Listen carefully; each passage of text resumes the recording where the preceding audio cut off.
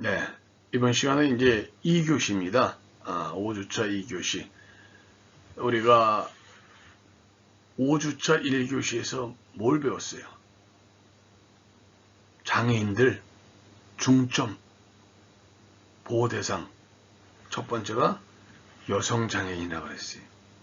그러니까 이 사회에 비장애인 남성 중심의 사회에서 그냥 여성이 아니고 여성이면서 장애를 갖고 있는 분들이 얼마나 어렵고 힘들고 차별을 받고 있는지에 대해서 우리 사회복지 공부하는 학생들이 알아야 되겠기에 장애인 복지론에 이 문제도 들어가 있는 겁니다.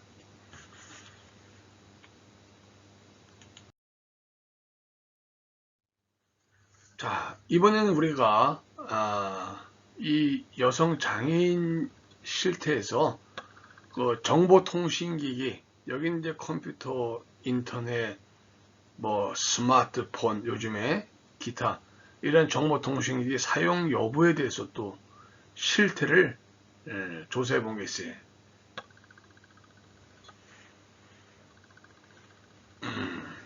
자, 봅시다. 보게 되면은 어떻게 돼요? 뭐가 보여요, 여기서? 차이점이 뭐예요? 한번 자세히 한번 봐봐요. 스마트폰, 스마트 또 기타 이 정보통신기기 등에서 남성과 여성을 구분을 했는데 차이가 있어요? 차이가 나요? 컴퓨터, 남성, 여성 차이가 나네. 여기도. 그러니까 일반 일상생활에서도 그 학교, 학력 이 문제도 있지만은 이 지금 현대 사회에서 살아가는 데 있어 가지고 가장 필수적인 조건 중에 하나가 되는 이 정보통신기기, 컴퓨터라든지 또는 손으로 들고 다니는 스마트폰, 활용기기라든지 여기에서도 여성과 남성에서 확연히 차이가 난다는 것은 어떻게 해야 되는 거예요? 끊임없이 여성 장애인에 대한 권익보호를 위해서도 진일보적인 후원, 지원 정책이 있어야겠지 않겠나 하는 얘기입니다. 두 번째 보면은 평소 본인의 이 건강 상태를 또 물어봅니다. 보세요, 화면에서. 자, 일반적인 보통이 36%네. 이거는 남자 장애인이나 여자 장애인이나 거의 오차범위에 들어가 있어요. 비슷해요. 그리고 또 여기 보면은 보통이 그렇고 나쁘다. 이 나쁘다 의식. 나는 건강하지 못해. 몸이 불편해. 누가 더 많이 느껴요? 이 통계 자료에서 보니까 자료 실태조사에서 남성 장애인보다는 여성 장애인이 신체적으로도 많이 열악하다고 합니다. 아프대요. 건강하지 못하대요. 자료 보세요. 몇 프로예요? 44%. 상당히 지금 거의 50%에 육박을 해요. 그리고 매우 나쁜 것도 남성보다 여성이 또 매우 나쁘다고 합니다. 이렇게 우리가 이 정보기기, 통신기기, 이 현대사회에서 필수적이죠. 필수적이잖아요. 여러분들 평상시에 어떻게 돼요? 스마트폰인데 이거 없이 여러분 마음이 편해? 안 편하지. 그러니까 수업 시간에도 펴놓고 보는 거예요. 그러니까 이걸 안 피면은 마음이 안정이 안 된대. 그런데 이것도 주로 남성 장애인에 비해서 여성 장애인이 열악하다면은 얼마나 차별이 심하겠느냐. 그러니까 인위적인 방법 중에 한 방법으로도 좀 올려야 돼요. 교육을 강화시켜 줘야죠. 여성 장애인도 더 참여할 수 있도록 해줘야 됩니다. 지금은 아마 2017년 자료인데 지금 18년도, 19, 20년도 이거는 점진적으로 갭이 아마 이렇게 좁아질 좁아진다고 생각이 들어요. 많이 지역사회나 학교나 또는 정부 차원에서도 다 관심을 가지고 접근하는 분야이기 때문에 요거는 그러나 우리가 좀 더 방심하지 말고 특히 장애인에게 있어서의 어려운 점을 인지를 하고 특히 여성 장애인이 충분히 이 세상을 살아가는 데 있어서 현대 사회를 살아가는 데 있어 가지고의 필수 요소인 정보통신기기 이 사용에 뒤떨어지지 않게끔 지역사회, 교육당국, 복지당국 또는 이웃 다 한마음 한뜻이 돼서 나서야 될 때가 됐다 하는 얘기입니다. 그리고 건강 상태를 보더라도 여성 장애인이 남성 장애인보다 더 아프대요. 어떻게 해야 돼 그러면요? 지금 우리가 국민건강보험공단에 건강증진 사업이 있어요. 거기는 주로 이제 연세되신 분들, 물론 장애인도 연세되신 분들 계십니다. 여러분 때 같은 20대만 있는 게 아니잖아요. 10대, 20대, 30대, 40대, 50대, 60대, 70대, 80대, 90대 등 전 연령을 계층을 포괄한 장애인은 다 포함이 되는 거예요. 그 중에서 연세되신 분들 특히 만성질환에 많이 노출이 돼 있죠. 만성질환 하면 뭐가 있어요? 고혈압, 당뇨병 또는 관절염 등 이거는 즉시 즉각적으로 단기적으로 치료가 되는 것이 아니에요. 시간이 가고 아는 오랜 동안에 몸이 아파요. 그 여성 장애인들이 남성 장애인에 비해서 만성질환에 더 많이 노출이 되어 있다는 게 통계 자료나 실태 조사에 나오는 거예요. 그럼 어떻게 접근을 해야 돼요? 물론 건강을 관리하는 부서가 있죠. 우리나라에는 중앙기관으로서 보건복지부가 있고 거기서 또 국민건강보험공단이 있고 특히 지방자치단체에서 건강관리 사업도 하고 다양하게 많은 부분에서 이 건강관리에 노력들을 하고 있으니까 많이 참여를 해서 이제 나는 더 아파 하는 분들이 이제 나는 좀 좋아졌어. 이게 바꿔지는 실질적으로 장애인의 삶이 그 장애인의 그 아픈 패러다임이 아프지 않은 패러다임으로 좀 바뀔 수 있게끔 누가 노력해야 돼요? 비장애인들이 노력을 하는 것도 중요하지만 장애인 스스로 그것을 이겨내려고 하는 의지를 북돋아 줄 수 있는 그 옹호자의 역할을 비장애인들이 해야 된다 하는 얘기입니다. 다 용어, 옹호자, 동기부여자 얼마나 좋은 용어들이에요? 바로 여러분들이 공부하는 파트에서 다루는 중요한 핵심적인 용어입니다.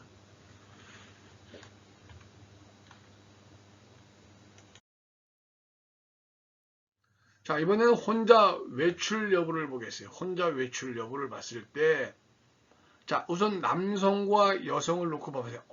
비슷하죠? 혼자 외출하는데 남성이나 여성이나 비슷하게 나와요.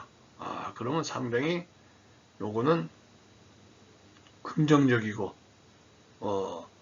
또 미래지향적인 그 의지를 엿볼 수 있는 겁니다. 이건 혼자 외출 여부는 남성이나 여성이 가능하다 할 때 상당히 좋은 결과가 나왔고요.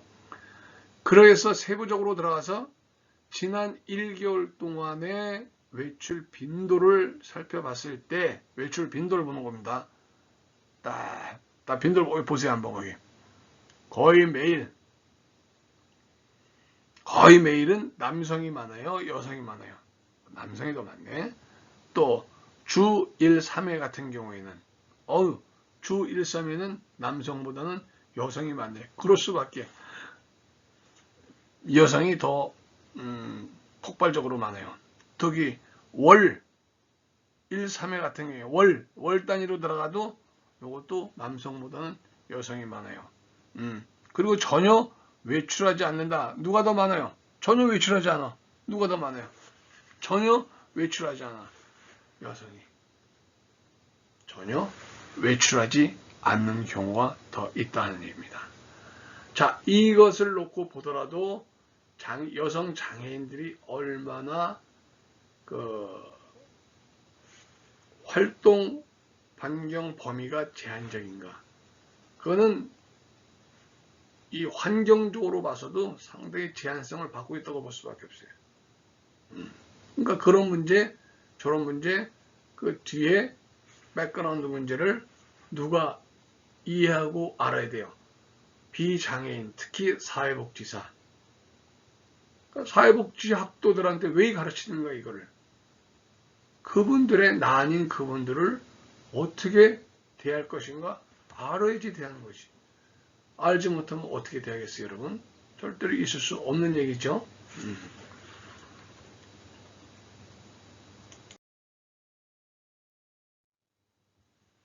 자, 이번에는 지금 이 문제도 상당히 장애인 문제에서 관심사로 지금 업되고 있는 문제가 하나가 또 발생돼. 결혼과 임신 문제입니다. 지금 비장애인 같은 경우에도 결혼과 임신 문제는 이제 그 장애 문제와 별개의 다른 요인들에 의해서 이것이 진행이 더디게 되고 있지만 특히 장애인 같은 경우에는 다른 문제가 아니고 장애라는 본질적인 문제로 인해서 결혼에 제약을 받고 또 결혼을 해서라도 임신에 또 제약을 받기 문제가 되기도 합니다. 보겠습니다. 자, 결혼 상태를 보게 되면은 배우자가 있는 경우에요. 남성은 65%, 여성은 42%. 이건 뭐를 나타내 주는 거예요? 남성이 결혼이 더 많이 하고 여성이 결혼을 더 못한다는 얘기죠. 여성 입장에서. 특히 사별 같은 경우에 남성은 배우자가 5.3, 여성은 36.6, 남자가 더 많이 사별을 한다 하는 얘기고, 이혼, 요즘 이혼 문제 심각하죠? 이혼 문제도 남성이 더 많고, 별거 문제는 뭐 거의 비슷해요. 그리고 미혼도 남성, 여성 큰 차이는 없어요. 그 정도 선에서. 기타, 미혼, 미혼, 부 이런 문제가 생겼어요. 근데 이거 상당히 미혼부가 남성은 0.0으로 나왔네. 2017년도에. 여성은 0.1이야. 그럼 미혼부가 없다는 얘기네. 그럼 미혼모는 여성은 0.1% 나왔네. 그러한 이러한 문제를 가지고서 지역사회가 관심을 갖지 않고 소셜 시스템이 원활하게 돌아가지 않는다면은 장애인들이 결혼과 임신 문제, 특히 여성 장애인의 결혼과 임신 문제가 얼마나 어렵겠느냐 하는 점을 생각하게 됩니다. 결혼 상태에서 봤을 때 상당히 지금 전체를 놓고 보더라도 사별 문제가 지금 여기에 재혼이 지금 안 나와 있어요. 결혼 상태, 재혼. 지금 재혼 문제도 상당히 지금 관심 대상인데 재혼이 빠졌어요. 재혼. 사별했으면 그냥 사냐? 재혼하냐? 뭐 이런 문제를 아직 다시 한번 이거는 조사 테이블에다 놓고서 한번 봐야 될 것 같아요. 이 문제도 지금 이 문제도 우리가 간과할 수 없는 문제이기 때문에 어차피 장애인과 비장애인이 더불어 위드예요. 위드. 언론이 아니에요. 더불어 같이 살아가는 사회이기 때문에 사회가 안전하고 살만한 사회. 이 사회가 되기 위해서는 장애인과 비장애인이 보통 수준 이상의 만족도는 나와야 된다.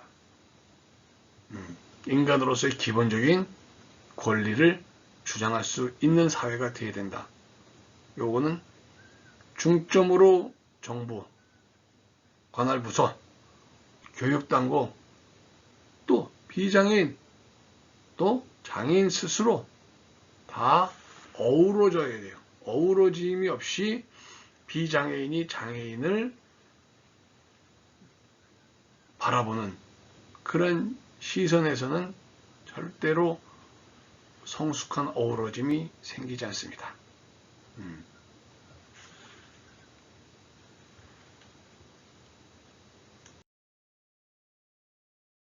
이번에는 이제 결혼하지 않는 이유를 한번 또 알아봐야겠죠. 왜 결혼을 하지 않을까? 이건 여성 장애인에 대한 거예요.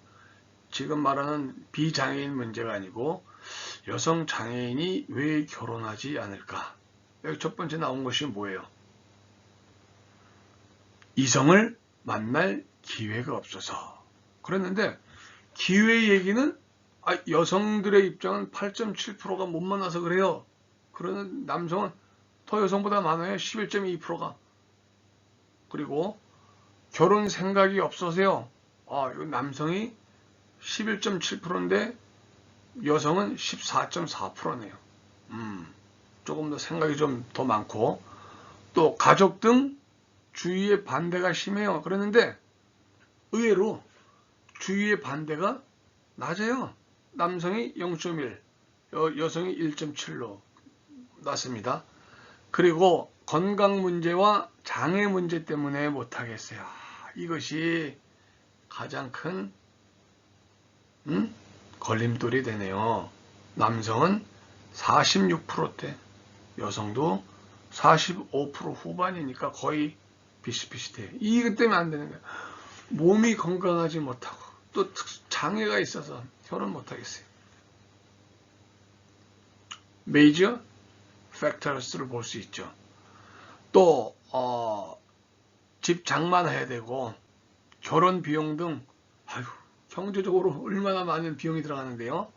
이렇게 생각하는 게 남성이 7%대, 여성은 1.4%대입니다.